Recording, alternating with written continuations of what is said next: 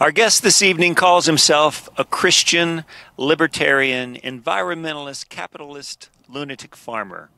Others call him the most famous farmer in the world, the high priest of the pasture, and the most eclectic thinker from Virginia since Thomas Jefferson. An incredibly prolific writer with a dozen or more books published and a thriving multi-generational family farm, he draws on a lifetime of food, farming, and fantasy to entertain and inspire audiences around the world. He's as comfortable moving cows in a pasture as he is addressing CEOs in a Wall Street business conference. His wide-ranging topics include nitty-gritty how-to, profitable, regenerative farming, as well as cultural philosophy like orthodoxy versus heresy. A wordsmith and master communicator, he moves audiences from laughs one minute to tears the next, from frustration to hopefulness. Often receiving standing ovations, he prefers the word performance rather than presentation. He lives in Virginia with his family on Polyface Farm. This is a lot more than I expected to read. But he's a rare combination of prophet and practitioner, and it does make him a must-read and a must-hear, especially in a time desperate for integrity, leadership, and example. Please welcome our guest to Music Ranch, Montana this evening, Joel Salatin. Thank you, Rory. Thank you. Joey and I, my wife and I, back in around a dozen years ago, we first discovered you on Food Inc., the documentary that so many people were moved by.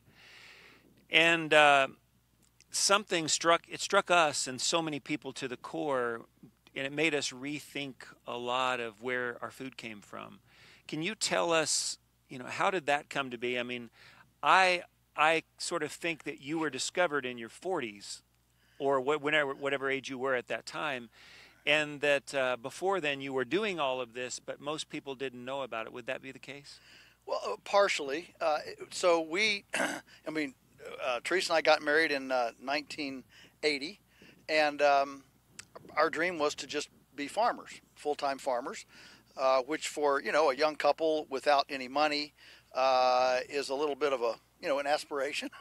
Yeah. Make a living farming and not do the town commute. I mean, that's the thing. Not so many farmers that farming that they work in town in order to support the farm addiction.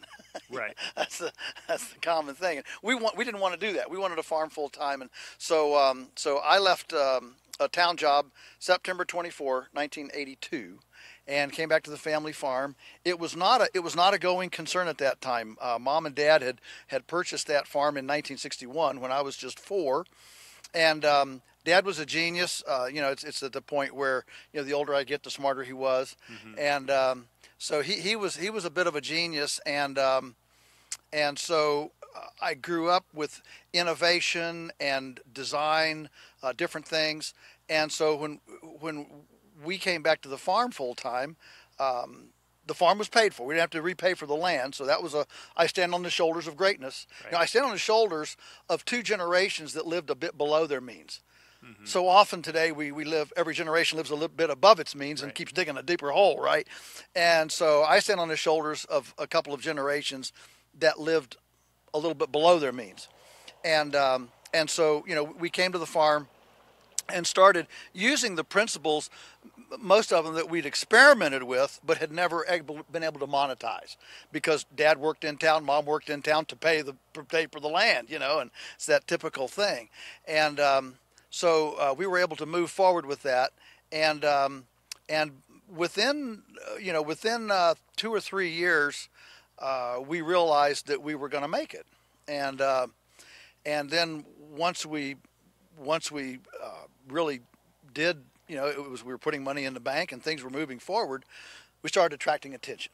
How does this young couple with no money move chickens around in a field, direct market to people in the community, at the end of a dirt road, like at the end of the world? They're not near a city. They're not talk about location. We had the worst location in the world, most people would think, because we were out in the middle of nowhere, and but it worked, and we were building, and then we got the big thing was being discovered by a guy running a bankrupt magazine named Allen Nation, who founded the Stockman Grass Farmer, and he was a savvy writer, entrepreneur, and had gone to New Zealand and discovered grass farming, as opposed to corn farming or orchard farming or whatever, and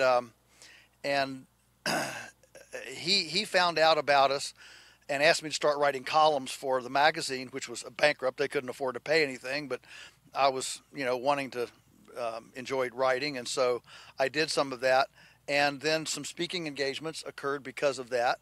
And then the media started coming. We started, we were in all sorts of pretty good sized media at the time. And then people started asking, well, how do you do this? And how do you raise these chickens out here, in the pasture? And so I did a little manual in 1991, and lo and behold, it sold really well. It was a little, like a little Xerox loose leaf manual. Your own manual. Yeah, yeah. What was it about? It was called the Pastured Poultry Manual, okay. And in 1991. And we sold it through Stockman Grass Farmer magazine, where I was getting a little bit of, traction, being a columnist and writing about this stuff, and realized, oh yeah, there's money in information, in them thar hills. And so after 2 years, Alan encouraged me. He said, you need to make this into a real book. This is just a loose leaf, kind of almost like a college syllabus. Why don't you make it into a book? And so on my typewriter back then, we did that first Pastured Poultry Profits book in 1993, and then 2 years later did Salad Bar Beef, and then we did You Can Farm, and we were moving up that chain. So when Michael Pollan wrote Power Steer for the New York Times Magazine, he was a columnist, a writer for the New York Times Magazine. He was looking around for grass-finished beef. And by that time, we had some traction. I had 3 or 4 books under my belt. I was speaking, at conferences and things, at sustainable ag type things. And our name popped up on his radar immediately, and he called and ordered a steak. And I said, no, we don't ship. We're local food people, and we don't ship. He said, well, I'll just give you my FedEx number. No, you don't understand. We don't ship. We want localities to feed themselves. We want food sheds to feed themselves. And that creates a diversified, resilient, food system. And he would, if he were here, he would tell you, he was offended. What's this little Virginia farmer turning over a New York Times reporter, and not obliging my desires.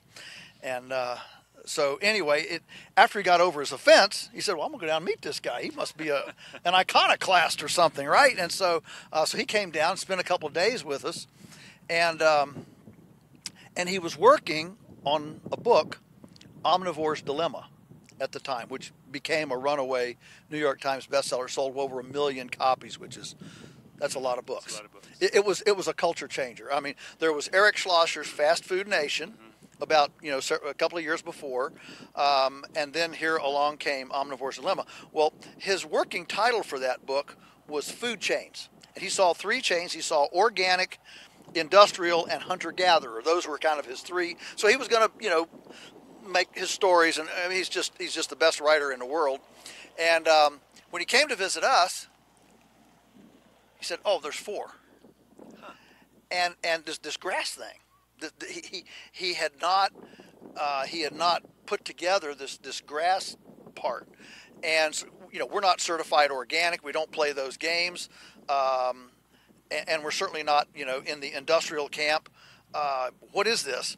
And it was in the spring, in April, and we were piggerating, which is where we have this deep bedding under the cows where we feed hay, and we build it through the winter while the cows are in there. The cows tromp out, the oxygen turns anaerobic. We add corn to it, and the corn ferments in there, and the when the grass grows again, we put the cows back out on pasture. We put pigs in there, and the pigs seek the fermented corn in this deep bedding pack, and like a big egg beater, they just stir it all up, inject oxygen, which converts it from anaerobic to aerobic, and it becomes aerobic compost. Pigs doing all the work, and he said I was sitting on a 5-gallon bucket. He was sitting on a 5-gallon bucket here. The pigs were, doing their thing, and then of course they came over and chewed on his fingernails, and he had this aha moment. This is not organic. It's not industrial. It's certainly not hunter-gatherer. This is different. Yeah. And he never really did come up with a name for it in the book. But anyway, it really spoke to him. So he came back. A few months later, and spent a week with us, working with us on the farm. And little did we know that we would be, goodness, a third of the book.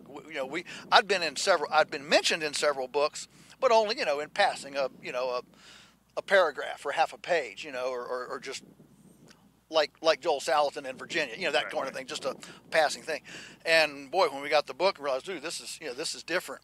Well, when Rory Kenner wanted to do Food Inc., and of course he was also the producer of Al Gore's movie An Inconvenient Truth. I didn't know that. And so he was a big name in Hollywood. I mean, he had contacts. He was a mover shaker. He was he was a big name. And so when he decided to do this food documentary, he knew all the right buttons to push, and so he worked with Eric Schlosser and of Fast Food Nation and Michael Pollan. They were kind of his backup kind of steering coaches to keep him within the boundaries of the storyline. And of course, Michael said, you've got to go to Polyface. And so Robbie said, well, sure, we'll go.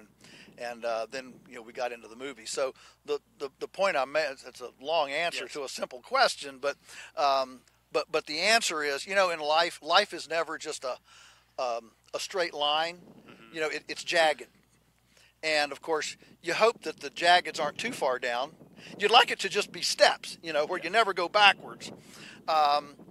And so for us, Food Inc., when it launched and was so successful, it was a step. But we were gaining traction and had a reasonable platform at the time, and this just leveraged that and amplified it, to a new place. Did you always see yourself as a prophet for what you were doing and what needed changed, or did that amplify that and you started to see more opportunity for that? Yeah, it really did amplify that a lot. Our mission statement when we started was make a living farming. Yeah. It was pretty simple. Yeah. Make a living farming. And then after I don't know if it was around the Food Inc. time, but around that time, give or take a couple of years. I don't know whether it was before or after, as the platform expanded. Then I moved that mission statement to develop economically, ecologically, and emotionally enhancing agricultural prototypes and facilitate their duplication throughout the world. So you can see the progression in that. Mission statements can change. You don't have to keep the same one. And as you grow, you can, you can complicate it. Yeah. You can complicate it. Wow. Well, I do want to mention we're here at Music Ranch, Montana, on top of the hillside, which is normally a terrace, and everybody's looking. Well, there's usually an everybody, and there's hardly anybody here. But looking down, the doors are open. There's a beautiful barn filled with seats and stage and stuff, but because of the time that we're in right now, we have to be a little more COVID friendly, so we have hardly anyone here, but we do have a few people on the top of this hill, and it's such a beautiful evening. Yeah. And I should mention that quite a backdrop. With that comes a few things. We've never done anything like this before, so there's some wind, could be some rain, and other things, but it's pretty magic to be here and be able to spend this time. And we have not very many people that are here, but who that are here has seen Food Inc. It's a pretty amazing documentary. And right the night before you came here, I went online and I watched it again, just to remember when I was first introduced to you. And my feel like it was a game-changing documentary, but when you showed up on screen and even just your voice, it was like hope showed up. Right. And I feel like you do such a good job of that. It's like you're not just saying there are problems everywhere. Right. That's an exciting situation for you, and you have answers. You know, Right. you and lots of other people have answers. Right. Right. It is. I mean, that movie is shocking, and my, it is a fantastic documentary. But if there's one, if I would offer one criticism, I think it's almost too. It's shockingly bad, where people left the theaters from that movie not knowing what to do. Right. Now, people who were within driving distance of Polyface, they come to us. I mean, the farm store filled up with people for months after that movie. People would come in and we took the pantry and threw out everything, and we're completely changing the way we eat. I mean, we heard that over and over and over again. That wore off, after a while, but it had a long tail, and it was a big deal. But a lot of people didn't know where to turn, and actually the the alternative local food, whatever you want to call it, integrity food community, was actually not big enough, and it was not able. I think it was not able to metabolize the interest that came. And what happens is if somebody goes to the altar and is dissatisfied, they don't go back to the altar. That's the kind of thing. And so people would come out of that movie, well, now what do? Couldn't find or were unable to find what they were looking for, and so they became frustrated. And that happened a lot at that time. If you mentioned that, they may be doing another one at some point. Could be possible down the road, which would be pretty amazing. Sort of an update. And I was finding myself thinking, maybe we could mention a few of the principles that were shocking for people to find out, like with all the stuff in the grocery store. How many of what actually is in the grocery? If you could lay out a few things that film, and you're included in that, and then I would love it if you could share. That's 2008. I'd look to see when it was in the last dozen years, like what has changed and what hasn't changed, or what's changed in a positive way, and some things that haven't. Yeah, well, the things that came out in the movie, of course, were the shocking behind-the-scenes shots of factory farms, industrial farms, primarily animals, but just the sheer number of chemicals, pesticides, insecticides, the aerial spraying, the fumigation in strawberry beds,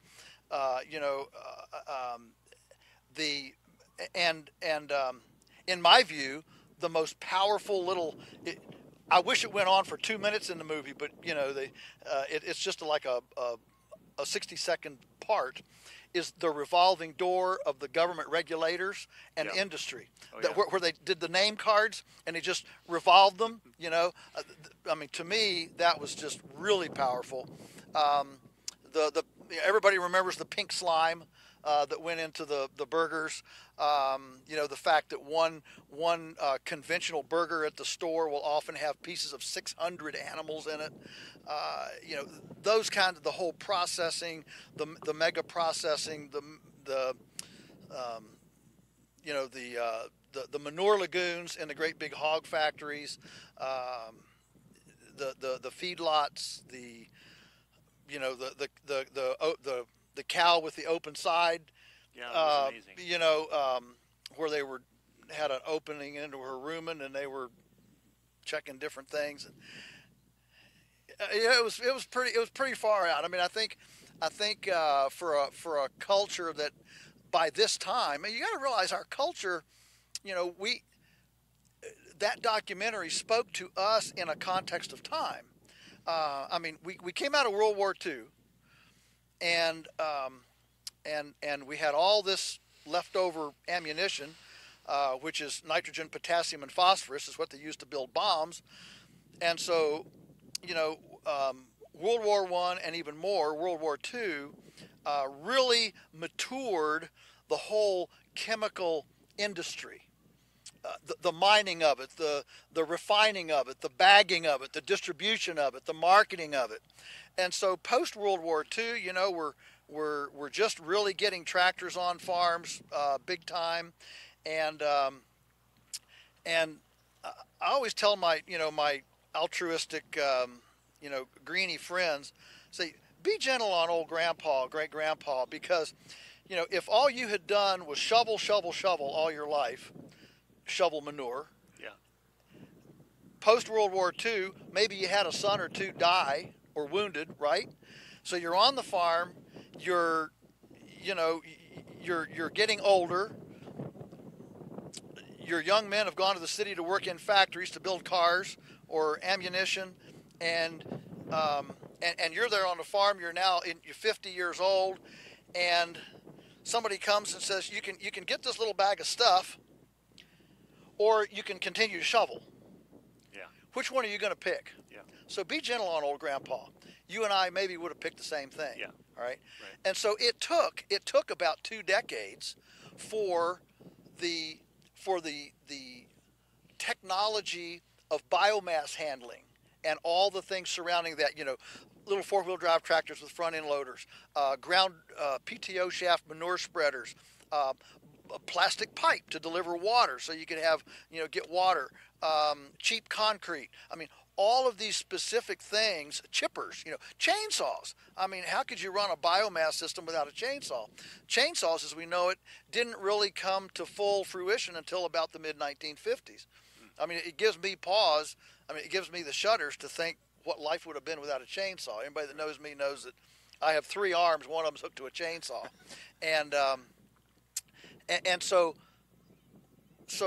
as we came out of World War II, the whole culture was ready to embrace unfettered, unboundaried agriculture and food technology. It was like out with the old, in with the new. We created TV dinners. FDA told us you don't want to eat butter and lard. You want hydrogenated vegetable oil, margarine. TV dinners. Goodness, the 50s and 60s, we even had the abandonment of breastfeeding.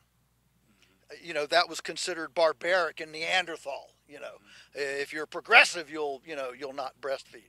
And I've often thought, what a tragic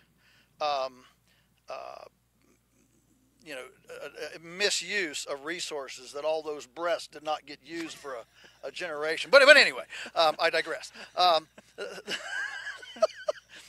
And of course, now we know that that's critical for breast cancer. There's a relationship there, I mean, and who would have known by the 1970s we'd have, La Leche League, and we'd have Lamaze classes, and we'd have, instead of men, Dick Van Dyke pacing outside, waiting for we actually had a generation of dads that wanted to go in and be a part of it. That was new. Right. And then we had the beaded, bearded, braless revolution of Woodstock and the hippies and the back to the land. And so there was so the nation literally spent a generation disavowing kind of the heritage, procedures and wisdom, and just DDT and the whole gamut, so that by the mid 80s, people were starting to question: have we gone too far? Have we run too far with this? And so Food Inc. captured this progression in the farming and food sector. Societal pendulums have to swing. They never hang in the middle. They're always off to one side or the other. And the pendulum swings way, way up here until it finally swings back. And then it normally overcorrects, right? Yeah. And then it has to swing. And so now, the day we live in right now today, that pendulum has overcorrected to where we want to eliminate animal agriculture. And cow burps and farts are destroying the planet, and we need to, have, Impossible Burger and fake meat, and we need to, go to a vegan diet. And so that's indicative of the cultural pendulum swinging too The opposite far direction, in an yeah. opposite direction. And so Food Inc. really captured, I think, in that moment,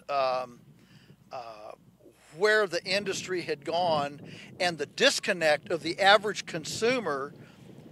That, well, as Michael Pollan said, he said if we had glass on all of our industrial factory farmhouses, it would fundamentally change the way Americans eat. But no, they're behind no trespassing signs with check-in stations and no trespassing People don't zones. realize that. No, They don't no. think about it, but even if they think about it, they have no idea where it's coming from. Right, they don't. So this was a wake-up call to the culture, and launched, I think, a new era. Now, this was 2000. It was 8, yeah. Eight. Mm-hmm. So this was on the cusp. I mean, where was Amazon.com in 2008? It was. Yeah, still early. It was early. Yeah, it was Yeah. very, very early. And so what's happened since is that, as I mentioned, Food Inc. created a huge demand for an alternative, but it was not real accessible. You had to really look for it. Mm-hmm. What's happened since is the logistics of distribution, shipping, and the internet with online shopping carts, and essentially what I call electronic aggregation, where we can aggregate on a shopping cart products from 12 farmers in our community and offer them to the world on a platform that was completely unknown Right. just 15 years ago, and that even if it was known, was too expensive for a small outfit to buy. Like Texas Instruments when they first came out, with a pocket calculator. When I was in high school, they were $200, and only the engineer geeks had them. Right. And now they give them away for opening a checking account. And so those changes have come since then, and boy, is it an exciting time now for the alternative, integrity food movement to be able to jostle around as the food system, begins to Uberize. Since then, in almost every grocery store you go in, there is an organic section. How do you, that feels like progress, and it is progress, but it's more complicated than that, right? It is more complicated because what's happened also since then, Senator Patrick Leahy and his colleagues passed the Organic Standards Act there 25 years ago, and once the government became the licensing agent for using the word organic, you got to understand that the USDA had poked fun at farmers like me for a long time. I mean, I remember very well when Virginia's Commissioner of Agriculture said in his annual press report that if we farmed organically, we just have to decide which half of the world to kill, because it'll never feed the world. And so here we have farmers who had been marginalized and even demonized by the USDA, asking to submit to the USDA for licensing, like the fox guarding the hen house. And so what happened very quickly, and what has happened, is that the large-scale industrial market system has essentially co-opted the National Organic Standards Program, the NOSP, and has adulterated it to where now, I mean, we're the only country in the world that's certifying organic hydroponics, and the Enabling Act is all through it several times. It says soil, soil, soil, soil. It's all about building soil. They understood when they made the act this is about building soil, and now, in complete contradistinction to that, we're certifying soilless products, and they don't even have to be labeled hydroponic. They're just strawberries, but they're grown in a 2,000 acre hydroponic outfit in Mexico, and And so we have what I call industrial organics. That's what's happening. So the tension in my life right now, or in our marketing strategy, it used to be the enemy was Monsanto. That was an easy enemy. Yeah. Everybody could hate Monsanto. That was nice and evil, and it was good to have that battle. Today, our enemy is industrial organics, and we've got to explain what's the difference between a pastured egg and a certified organic egg that's in the supermarket.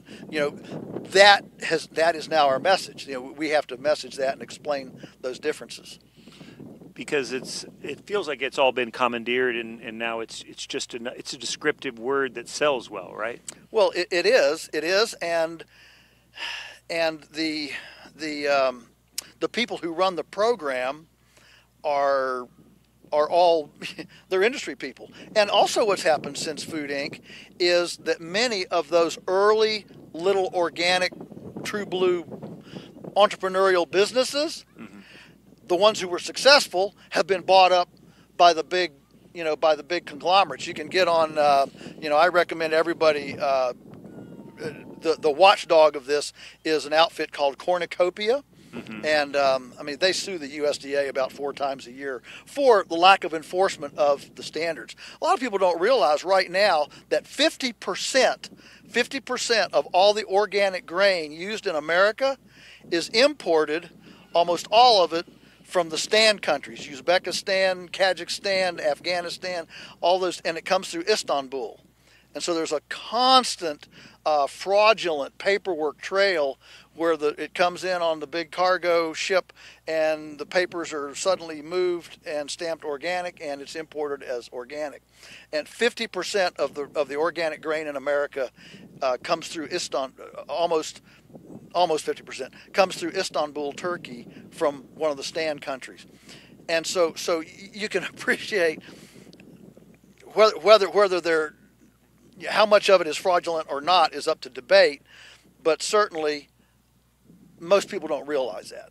Right. They don't realize, and you have to appreciate, even if there's not blatant fraud going on, there is. But even if there weren't, that kind of situation is prone to it, or it's a lot. Than getting the grain from your neighbor that you can see and know about. One of the things I love about you and your family and the farm is there are a lot of people passionate that are protesting things. And it's really easy to pick up a sign or whatever it is, send an email, a negative comment on something. But you live it. I got to spend some time, a couple times, but last summer I went to your farm and spent a weekend. And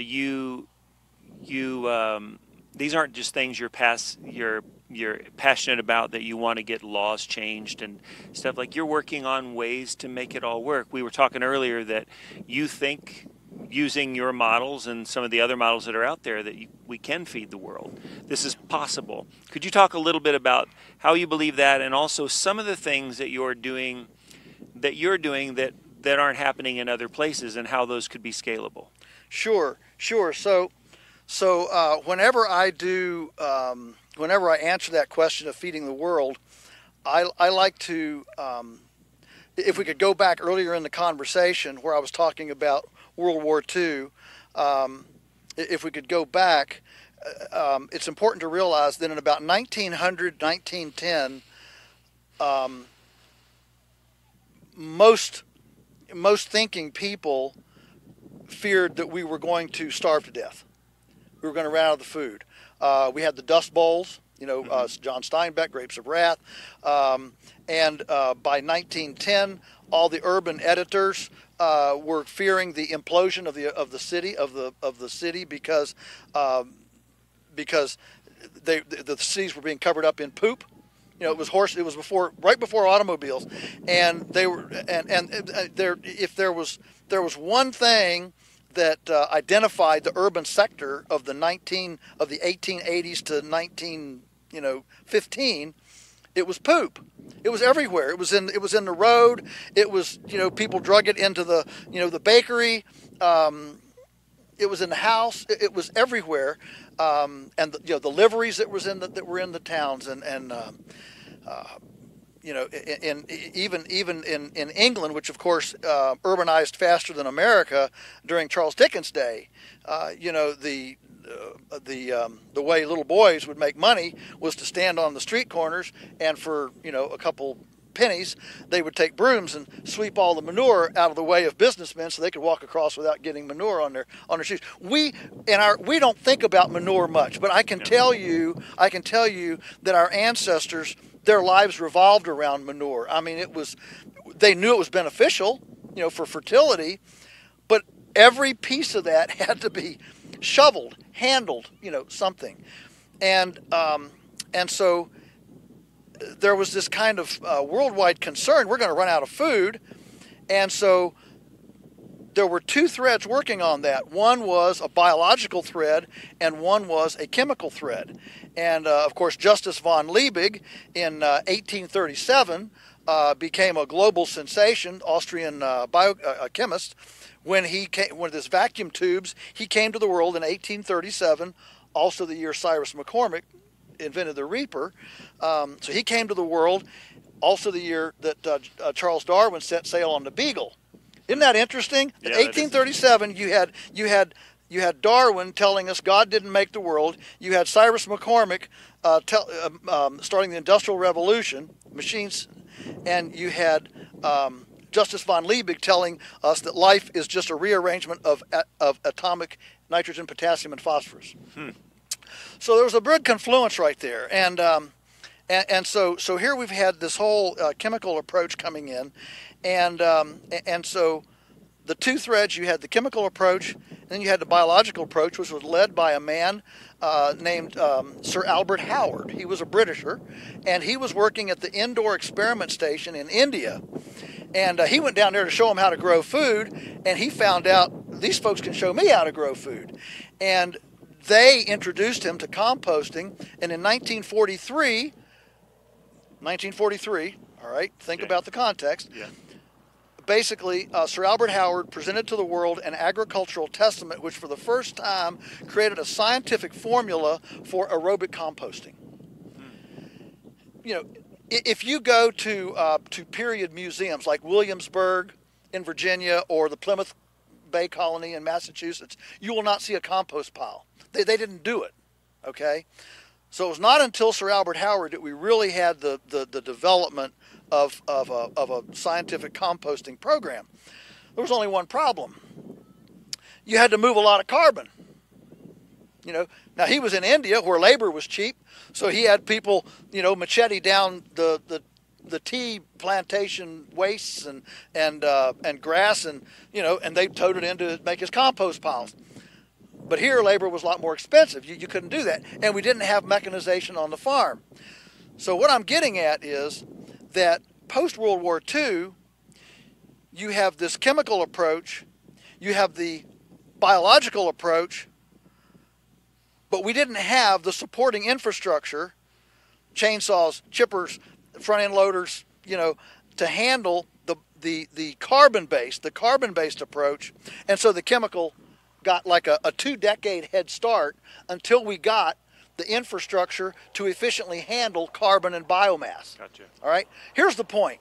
If we had had a Manhattan Project for compost, not only would we have fed the world, we would have done it without infertile frogs, three-legged salamanders, and a dead zone the size of Rhode Island in the Gulf of Mexico. That's the truth. And so it took our side a while to catch up. And now, not only have we caught up, but we've passed. We've completely passed the chemical approach. They don't know it yet, but we've completely passed them. And so today, anybody in the biological versus chemical field of farming is spinning circles around the chemical approach, because we can't IV the patient any longer. The patient needs some food, and carbon is what feeds it. That's the biomass. The sun makes biomass. It decomposes either through an animal or with microbes in the soil, and that's what rejuvenates the soil. And so now, using this kind of the infrastructure that we have today, farms like ours can absolutely compete in a production at production at scale with with anybody. And we have other technology like electric fencing. That's just come in the last really 50, 60 years. In my lifetime, we've gotten really sophisticated electric fencing so that we can duplicate the movement of the of animals in nature. We've never been able to do that before except with nomadic shepherding, which works, but it's a little bit crude. And with electric fencing, we now move our cows, or we call them our pruners. We call this mob stocking, herbivorous, solar conversion, lignified carbon sequestration, fertilization, and we move these every day in the afternoon to a new paddock. So we'll put 500 head on 3 acres for a day. Okay, I mean that's tight, all right. But it mimics the way the bison, the way the wildebeest, the way these massive herbivores migrated with the predators and the flies and all that stuff. And we do it so that the electric fence now allows us to put a steering wheel, a brake, and an accelerator on that 4-legged pruning, so that we can mow, we can prune the landscape. We can prune the landscape with the same precision as a 0-turn mower on a golf course. With 300 head. Yeah. Or 500, 700. I mean, there are people doing this with 3,000. It's completely scalable. Very, very, very simple that way. Can you explain, because it's not just the 300 head, like you have an overarching system, they're a part of a larger system, just kind of the brief version of what that whole system looks like that is above everything, I think you would say, is healing the land. Yes, well, it is. I mean, we came to the farm in '61, and it was the armpit of the community. It was nothing but gullies and rocks. And today, the gullies are either grassed, forested, or filled in. Then the rocks are all covered up with soil. We've gone from 1% organic matter in 60 years to 8% organic matter. And when you realize that 1 pound of organic matter holds 4 pounds of water, so that every percentage increase in organic matter is equivalent to 20,000 gallons per acre of extra water retentive capacity. And we've gone 7 clicks, 1 to 8. That's 140,000 gallons per acre of water retentive capacity times 100 acres is 1.4 million acres of water retentive capacity that we can hold now that we couldn't in 1961. And so people understand why that matters, whether it retains the water or not. Yeah, well, why it matters is when you have a rain, how fast can it go in? Otherwise, it's just washing off. It's just washing off. And secondly, how much can it hold so that it can sponge out gently over time after the rain stops? See, the soil, so often we think of the soil as like plant-growing concrete, and that's kind of the average idea. Actually, the soil is cathedrals. It's cathedrals. Good soil, when you walk into a cathedral, what are you struck by in a cathedral? It's beautiful. It's beautiful, but what's magnificent? Structure. Yeah, what's magnificent about it is the space inside the structure. I mean, the structure is beautiful, but it's the space that is awesome, right? Yeah. And so the soil is that way. The good soil is actually more space than anything else. I call it cathedral soil. But these chambers, these cathedral chambers, are full of air and water. And they allow the microbes. Remember, in a double handful of healthy soil, there are 7 billion with a B, 7 billion beings. So they're, in one handful, they are undergoing a commercial transactions for food and mineral exchange at a quadrillion negotiations per nanosecond. I mean, is that not cool? That's very cool. It is very cool. Now, when I think about that, I think about Star Trek. When Luke Skywalker goes to that space cafe and he's looking for a fast transport vehicle, and he meets Han Solo, and they get in the Millennium Falcon and go. But you got that band over there entertaining in the corner, all those aliens, and they're all carrying on, and that's why I see the soil. All these little aliens, some with legs, some without, some are single cell, some are 3 cells, some are different, and they're sidling up. You know, you got this actinomycetes. This actinomycetes. He sidles up to a little a gibberellin on the end of a root hair, and he says, "Hey, I've got 2 little grams of zinc here. I'll trade you for some polysaccharides that you got out of that photosynthetic, And so the gibberellin gives him some polysaccharides, some sugar, and he gives the plant some zinc. And that's the whole cosmos is pulsing with sentience and understanding. It's quite profound. What was the question? I can't remember. Well, if I can remember it. But you were talking about cathedrals and soil. When we first got here, which has been about 2 weeks, some friends of ours were going to go to the Catholic Church in Bozeman, and Indiana and I went with them. And when we were there, I haven't been in a Catholic church in much in a long time. But the priest, he said something pretty profound. I don't even know why. He just came out. One of the first things he said was, he was talking about someone who said this, and he said, they were talking about the dirt, and there's beautiful dirt here all over, and he was saying, no, dirt is the stuff behind your couch and in the corner of your house. It's dirt. He goes, this is soil. It's alive. Yeah, that's right. And he was really passionate about it, and I thought it was really cool to hear that there. We don't think about it. I mean, can you imagine going into you're an entrepreneur and you're going to launch a business, and you go into the banker and you present your business plan. And the banker, he looks at this business plan. He says, this is a good business plan. But let's say we're in Mississippi, right? It's a good business plan. Right? They say business down there, right? Business. Probably so. Yeah. And it's a good business plan. In fact, he said, I think you're going to be a millionaire, and I want to be your partner. But I've got one question to ask you before I become your partner. What's this going to do to the earthworms in our community? I mean, can you imagine that? But nobody thinks about that. We don't, and yet we all deep down intuitively understand that ultimately the earthworms are more important than Wall Street. They're more important than elections. Fortunately, the earthworms don't know about the pandemic, and they're just going on doing their thing, right?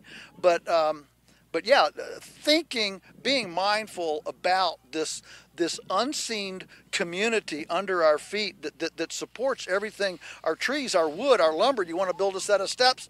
Well, a tree leaf captured some solar energy, sent some sugar down into the glomalin around the tree root, and in that space, in that cathedral, in the soil, was an exchange that created the energy to put another cell of wood so you could have a step. It's amazing. It is amazing. It is amazing, and I think we sell ourselves short. We sell the whole, the marvelous, the majesty of creation and God's design. We sell it short when we just flippantly use stuff. You talk about that in The Marvelous Pigness of Pigs. Right. Can you talk a little bit about that? Sure. Well, The Marvelous Pigness of Pigs. One of your books. It was fairly recent. It was. It was written because all my life I've lived in this tension between the conservative evangelical community and I'll just say it, the more liberal environmental and the creator worshipers who seem to not care a lick about creation, and the creation worshipers who seem to not care a lick about the creator. Are you with me? Yeah. So in our home growing up, I had this crazy time of, we go to church on Sunday, or prayer meeting or whatever on Sunday, and with everybody that was in that part of our life. But then on the farm in the 60s and 70s, all of our farm friends were hippies, and that's just the way. And I thought that that's just the way it was. And it wasn't until I got a little older and realized this tension. And so when I'm with my greenie friends, they can't figure out how can a Bible reader talk like an environmentalist, aren't those? In fact, I do a lot of media interviews that people ask me, how in the world can a person of faith even talk about earthworms? You know, it's so unusual. And this when I'm with my Christian friends, you know, it's, what are you, son? You know, if you dare at church to say, you know, at the potluck, instead of, let's not use styrofoam, let's use paper. In fact, why don't we go down to the thrift store and get a bunch of odd plates and we'll wash them and we won't have any waste at the end of the potluck. Well, the elder grabs you. What are you? One of them tree hugging camo pinky, you know, and yeah, this is the mentality. That is a weird thing, how disconnected. Yeah. You know, how disconnected it wouldn't seem like it would be. No. So I believe that the faith community, we have squandered the emotional equity high road in this space. We should be the ones talking about fearfully and wonderfully made. We should be the one espousing creation stewardship, and we should own that road. And instead, we have, because of creation worshiper, Romans chapter 1, we have allowed ourselves to be co-opted by creation worshipers and made a laughingstock in the greater, you know, stewardship environmental community. And so I wrote the book to touch the hearts of the evangelical faith community with our responsibilities as stewards. Look, it's God's, it ain't mine, it's not yours, it's God's stuff. Right. He owns the cattle on 1,000 hills. He owns the wealth in every mine. He owns the heavens, and it's his. So if it's his, then all I am is a steward. And if I'm just a steward, what are my responsibilities within that? And I would suggest that it's important for what we say we believe in the pew to manifest itself on the menu. That's good. That's right. It's and look, and I don't have all the answers. Don't even ask me for all the answers. I don't. And every one of us, you know, we pick our little inconsistencies. I mean, we all struggle with our inconsistencies. But what I did in the book, the reason I wrote it was, I wanted people to wrestle with it. My original working title of that book was, Does God Care? Yeah. And I think, you know, we wear the little bracelets, you know, WWJD, what would Jesus do, right? And so often we think about, well, I got to get my doctrine right. I got to get the songs right for the service. I've got to get, you know, the systematic theology right. And we're up here in the clouds heady with our faith, and we don't allow it to actually permeate our practice. And I think that's a mistake, because the Bible is not a theory book. It's very practical. In fact, Jesus spoke in parables, and so I don't see, you know, this dualism came from Augustine, from all that time where, you know, everything physical is evil, and if you want to be spiritual, it's all, you know, unseen. Everything that's good is unseen. This dualism. And our conversation probably doesn't need to go into all the fine points of dualism, but yeah, that's where this kind of developed, and it's a shame, because I see creation, I see the physical, this womb that we occupy, I see it. God, why did God make it? What was the point? Well, the point was that we humans, we're very physically oriented. It's hard for us to be, you know, spiritually oriented. And so God needed an object lesson of spiritual truth to explain to us spiritual truth. We need an object lesson. You know, like at church, you know, the kids, they come up and you got a little object lesson. He needed that. So when people come to our farm, I want them to leave saying, oh, so that's what forgiveness looks like. Yeah. Oh, so that's what abundance looks like. You know, wouldn't that be cool? Especially because you probably wouldn't have seen that coming at your farm when you're showing those kind of things. That brings us back to the cathedral and the soil, which was the question. Let's say you have 300 or 400 head, Yeah. and you have a steering wheel and a brake and an accelerator, but you have a specific system that you use, just the quicker version of how you do it so that you're growing soil at the same time, and it's a fully healthy So farm. just so the audience knows, these rabbit holes are all your fault. They're not mine. All right. Okay, yeah, fine. That's fine. So, I'm sorry, I can't help it. So everything relates to everything. That's the problem. It does. Everything relates to everything. Well, So- you're a context guy. I can tell you the answer requires context. So right. It sometimes does. It does. and then the context requires right, context. Right. So what we do is we look at nature and say, how does nature work? I mean, how does this work? And what you see, you see animals, but you don't see stationary animals. You see animals moving. And so animals need a new ground. They need to go away from yesterday's manure. They're not potty trained. They don't wear diapers.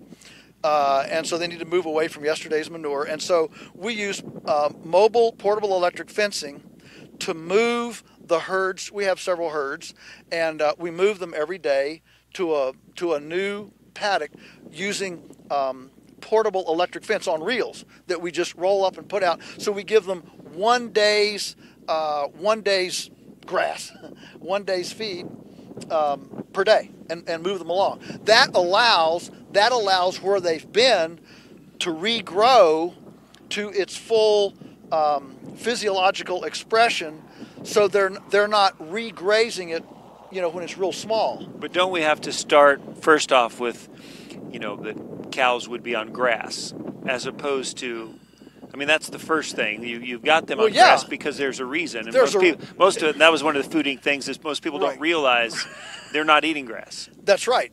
Well, in the calf stage they are, but the finishing stage they're in a feedlot on grain, and herbivores don't eat grain in nature. They're ruminants, and so there are actually a bunch of health and negative things that happen when an herbivore eats grain, and especially if an herbivore eats feathers and manure and dead cows.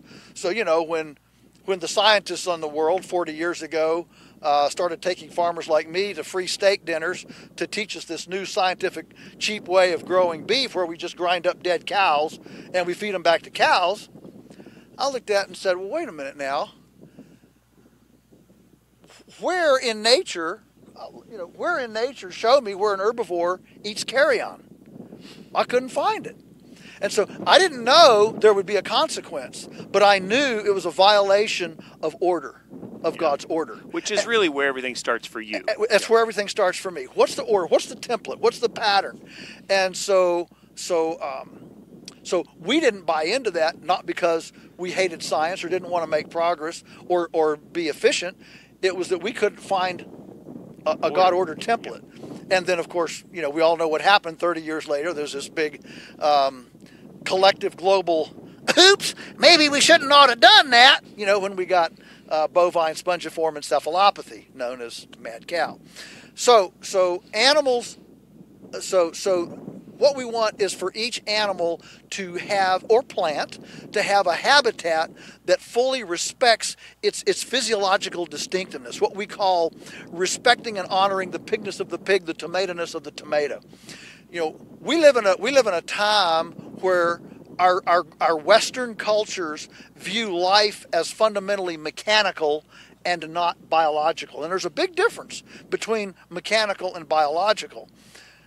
If a bearing goes out in your front wheel on your car, starts going thump, thump, thump, you can stop that car. You can go around to that wheel and say, I'm so sorry, I didn't lubricate you. You can.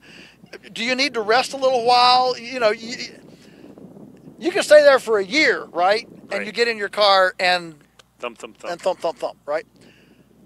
But biology, living things, they can heal. And boy, aren't we glad. We can heal physically, we can heal emotionally, we can heal spiritually, we can heal mentally.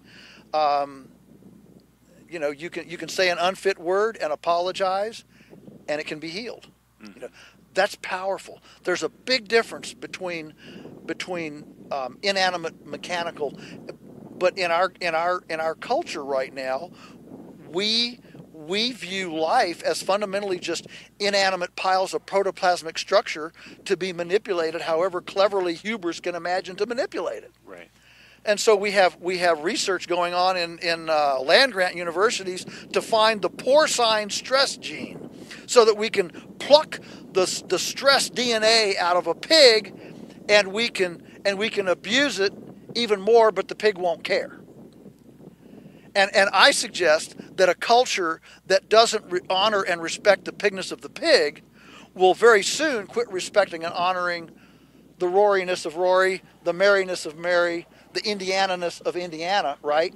And it's our ethical boundaries are circumscribed by the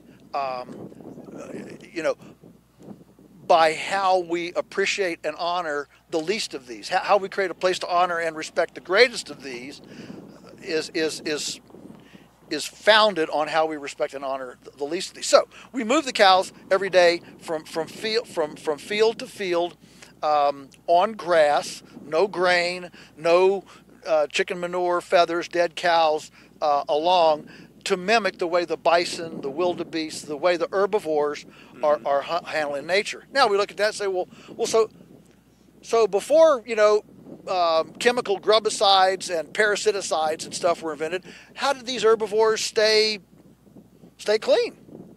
Oh, birds. Birds follow, the egret on the rhino's nose. And so we have eggmobiles that are portable hen houses where hundreds of chickens follow the cows about 3 or 4 days behind.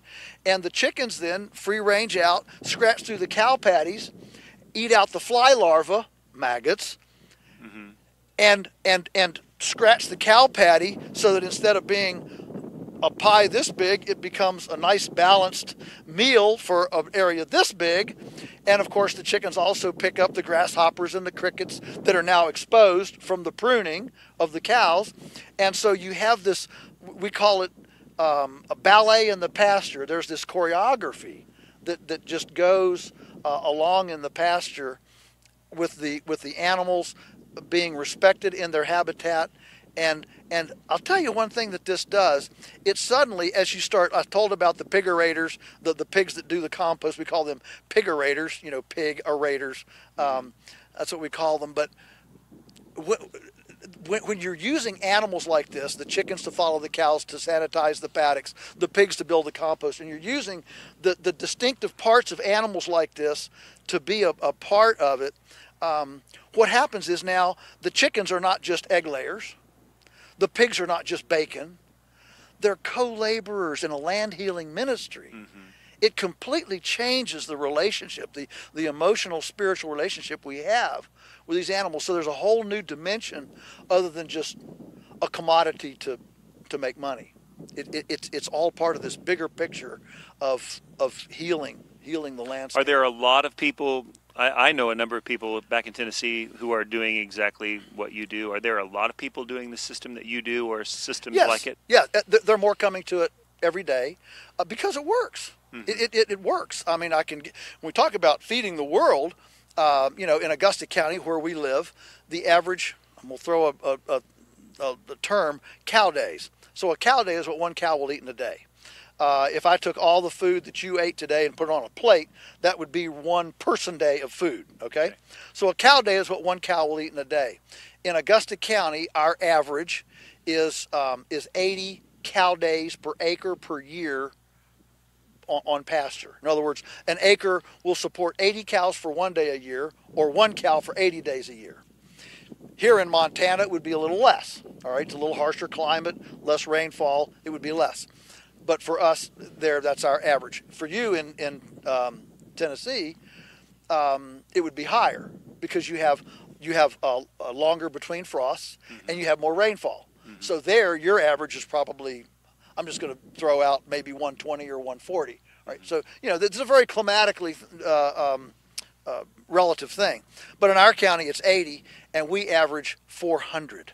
Just because your soil's so healthy and it's growing. Two things. The soil is healthy, and we are managing the animals in this very systematic mosaic, which, by the way, means that instead of the animals just haphazardly grazing around whatever they want to, you're actually creating these mowed paddocks with a stockpile ahead of them. So imagine a quilt pattern, and the paddocks are this quilt pattern along. And the beauty of that is that there's always something blossoming, which means we attract pollinators. So one of the big things is that commercial farming is destructive to wildlife. They're incompatible. You can't be commercial farmer, credible at least, and still have healthy wildlife. And our belief is that if wildlife is seen as incompatible, that's bad farming. There should be actually a complementarity to them.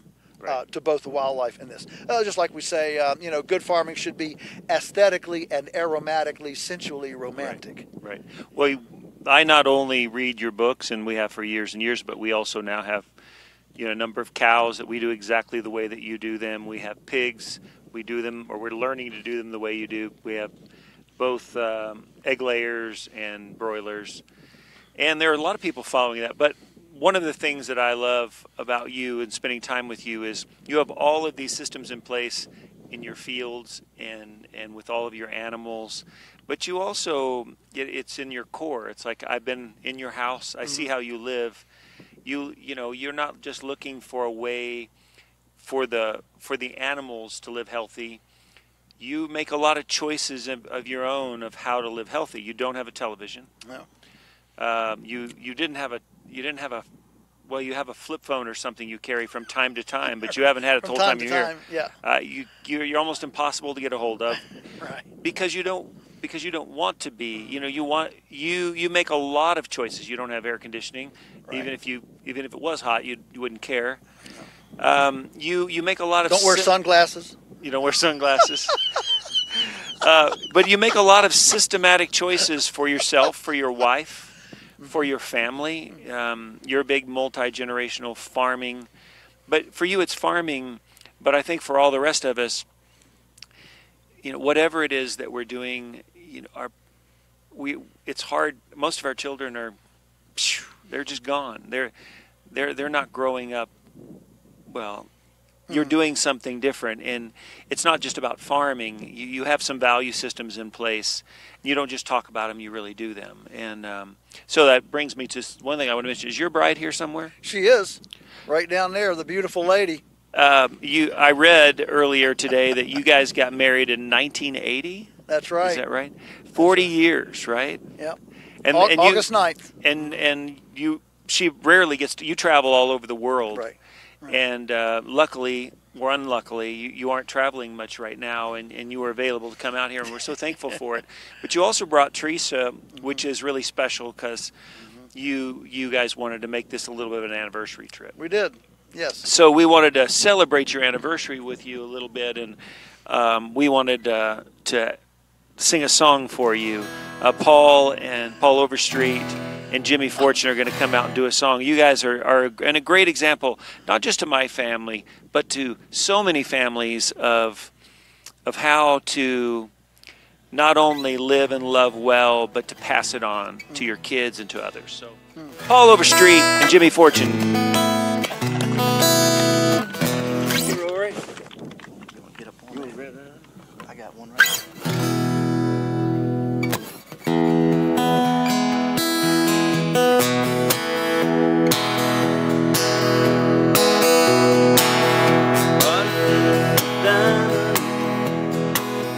Offered it to the sweetest thing I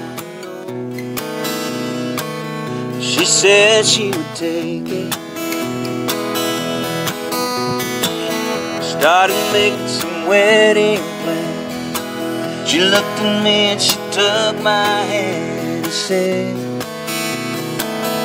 "Do you think we can make it?" I said my granddad still in love with my grandma. I said my dad still thinks my mom's the sweetest thing he ever saw. See, I come from a long line of love. When the times get hard, we don't give up. Forever's in my heart and in my blood. You see, I come from a long line of love.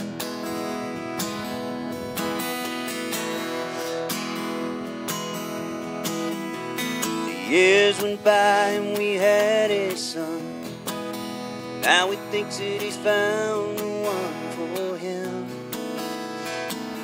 They're planning a wedding. He called me up on the phone today just to see what I had to say to him. Did I think he was ready? I said what his grandfather used to say to me. It's been handed down for ages, it runs in the family. Son, we come from a long line of love. When the times get tough, you won't give up.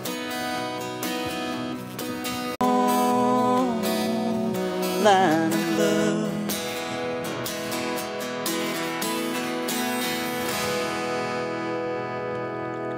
Happy anniversary. Happy anniversary, Joel, Teresa. We love you.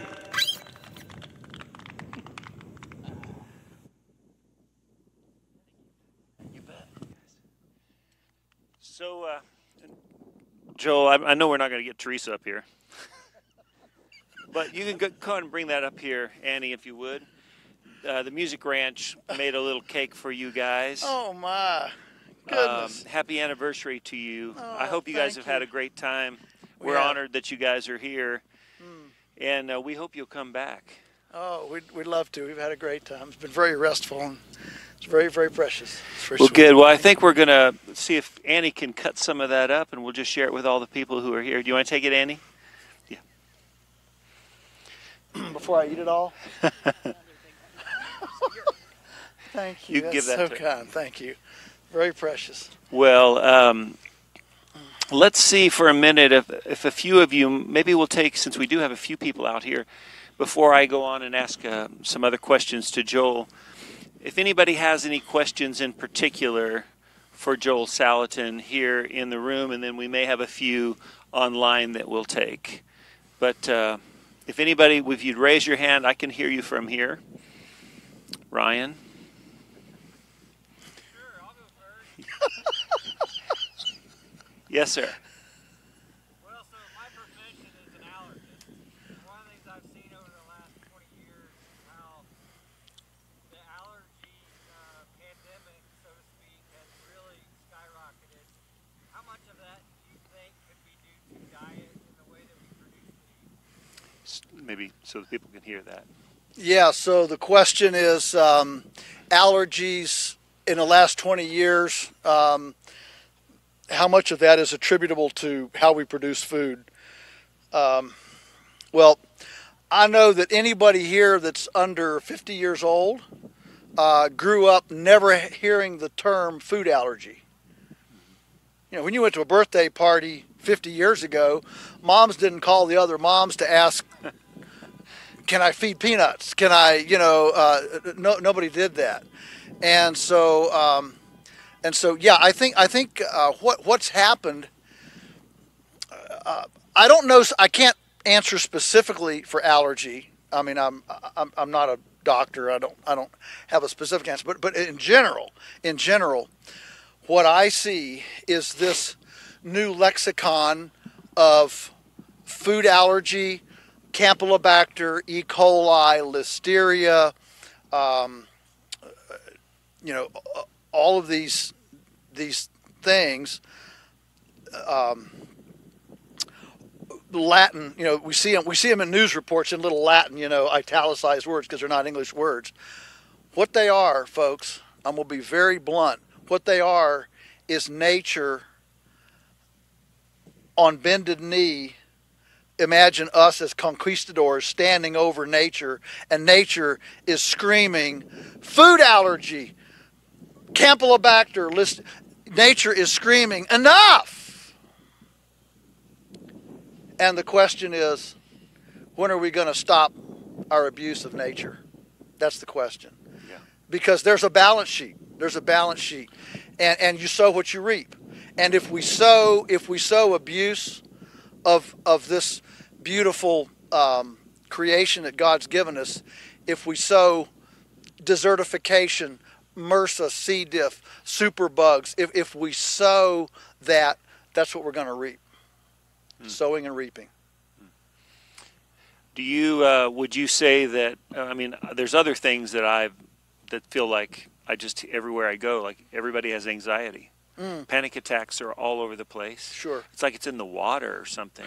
There's right. there's so many different Lyme disease and all sorts of things that I've just never heard of my whole life. I mean, I'm not that they didn't exist, but they exist everywhere on the street I live, within my family. Sure. What would you say, and maybe it's not even necessarily, just when you look at, sometimes you and I have talked a little bit about this machine right here and the impact that this is having, the internet, the way that we're all living, the impact it's having on families. It feels like some huge experiment, and none of us have any idea what's going to come out of it. But what's your thoughts with regards to, is some of that nature, us reacting to something? Well, I think, I think something other than we need more medication. I think natural adaptation. I'm not saying evolution, but natural adaptation is pretty slow. I mean, the fact is, we are far more. You and I share far more in common with Abraham than we do with Spock on Star Trek. Okay. I mean, if we could look at a continuum, and so and I'm dating myself saying Star Trek, I understand, but we have this idea that we can bring innovation into our lives, and I'm not opposed to innovation by any means, but there's a metabolizing that has to happen. There's an assimilating that has to happen with innovation, and for every action there's an equal and opposite reaction. So for every innovation, there's also a reaction. I mean, like now with our sophisticated ability to keep people alive, we don't just grow old and die. We piece them out part by part. And so we have this slow, expensive, piecemeal death. Yeah. Instead of, the more historical. He lived to a ripe old age, pulled up his legs in the bed, and gave up the ghost. I mean, right. And I'm not opposed to. Don't read me wrong. I'm not saying I don't want hospitals. I don't like doctors, but that comes with a cost, that ability to make those decisions. My dad used to use the phrase, we're so clever as humans, we're endowed with such intellectual capacity that we can invent things we can't metabolize. And he called it overrunning our headlights. And so we're really good at how. We're really good at how to grow a chicken faster, grow corn bigger, faster. We're not very good at answering the question, why should we grow more corn? Or why should we grow the chicken faster? We're not good at those questions. Yeah. We're really good at how.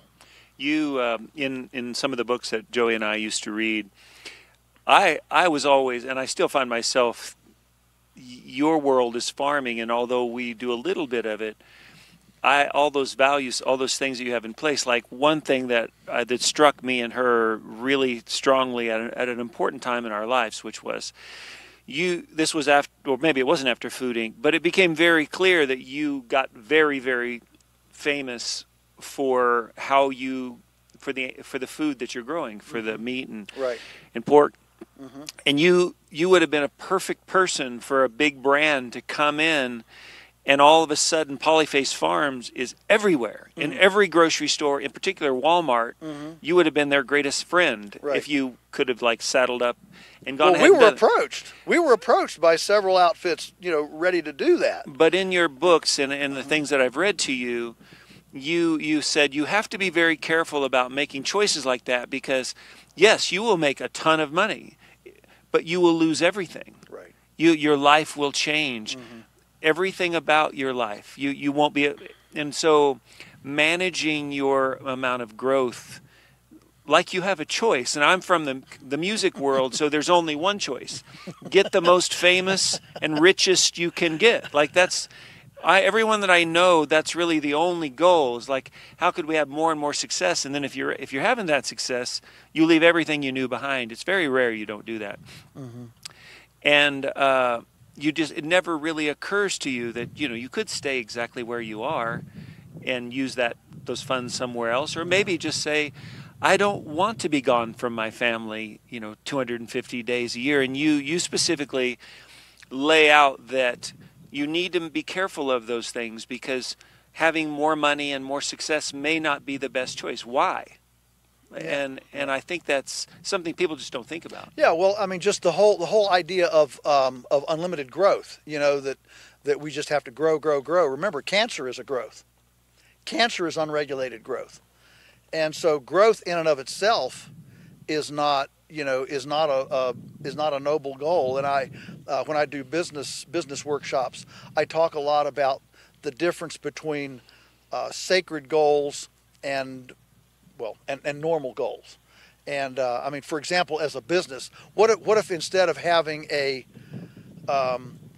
goal of sales for this year, we had a goal of nobody gets sick this year in the business, right? Or no teenager goes into a juvenile delinquency center. You know, there are other goals besides just, you know, sales growth. We're getting some raindrops. I'm not sure. Well, first off, we'll kind of hold out a couple more minutes, and then we may have to call it an evening. It's hard to tell. Rain has come every evening, and we wanted to try this up on the hill. It's been really fun, but it may be nearing the end. We'll see. You tell us, Joel, when we do. Can we talk for just a minute, if we have a minute, about the pandemic, about all the masks, about where people are, and just your view with regard to that? Well, my view on it is, again, I'm not a doctor. I'm not an epidemiologist. That's a hard word to say. But from my perspective, I'm wanting somebody, I wish some official equivalent to Dr. Fauci would step to the microphone and say, all right, America, we're going to spend 1 week building our immune system. Let's build our immune system for 1 week. That's what we're going to do. Let's see. Okay, so nobody's going to drink a Coke this week, you know, and we're gonna cook food from scratch. Nobody's going to go to eat junk food or fast food joints. We're going to sleep 8.5 hours a night for this week. We're going to drink 3 quarts of water a day to hydrate ourselves, and we're going to forgive everybody we hate, and let it be. And we're going to do that for a week and see how we feel. You know, there could be other things as well. Walk outside for an hour a day, work up a sweat for 20 minutes. But, you know, there are numerous things that we could. But wouldn't it be cool if somebody stepped up to the microphone and said, let's put as much attention on immunity as we do on trying to develop a vaccine? Wouldn't that be cool? It'd be pretty cool. Yeah. How are we doing, Gabe? People are going to wonder if we have enough sense to come in out of the rain. Yeah, we probably better call it. Well, thank you so much, Joel, for joining us this evening. Oh, what a delight. For coming out here. Thank Let's give a round of applause to these guys, our team. for being here, for Frank and Karen and their team. And please give Joel Salatin a round of applause. Thank you, Joel, for being with us. Thank you, Roy. God bless you all. Thank you. You too. Thank you. A little abrupt. That's okay.